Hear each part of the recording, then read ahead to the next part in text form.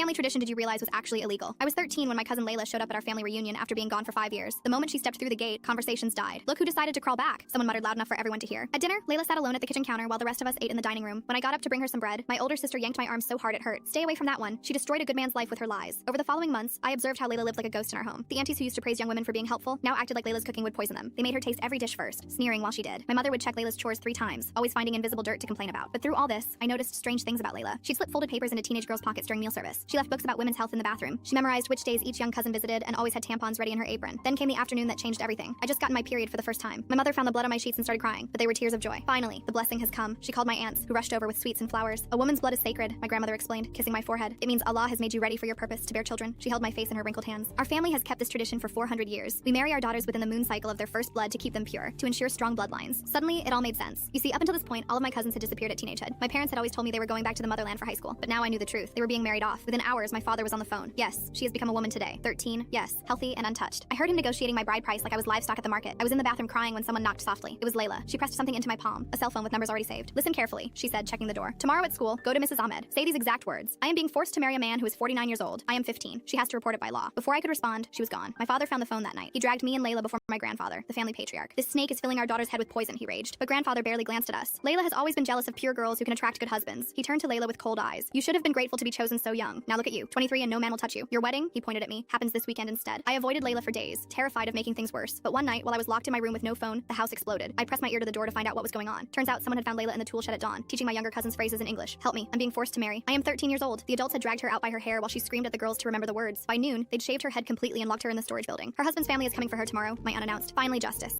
2 nights before my wedding, I snuck to the storage building when they forgot to lock my door. I found Layla curled in the corner, her scalp raw and bleeding. She wasn't crying anymore, just staring at nothing. I sat beside her and held her hand. After hours of silence, she whispered, "You have the right to know who you're marrying." Her voice was hollow. "Ask anyone except family about Mr. Rashid's first 2 wives. Ask how old they were when they died." I stayed quiet, just squeezing her fingers. "I should have died too," she continued. "It would have been better than this." That's when I finally asked, "Is Mr. Rashid the good man you supposedly seduced?" She looked at me then, really looked at me for the first time. "I was 12, she said. "He was 43. I was his 3rd wife." My heart dropped. Full story on channel, link below.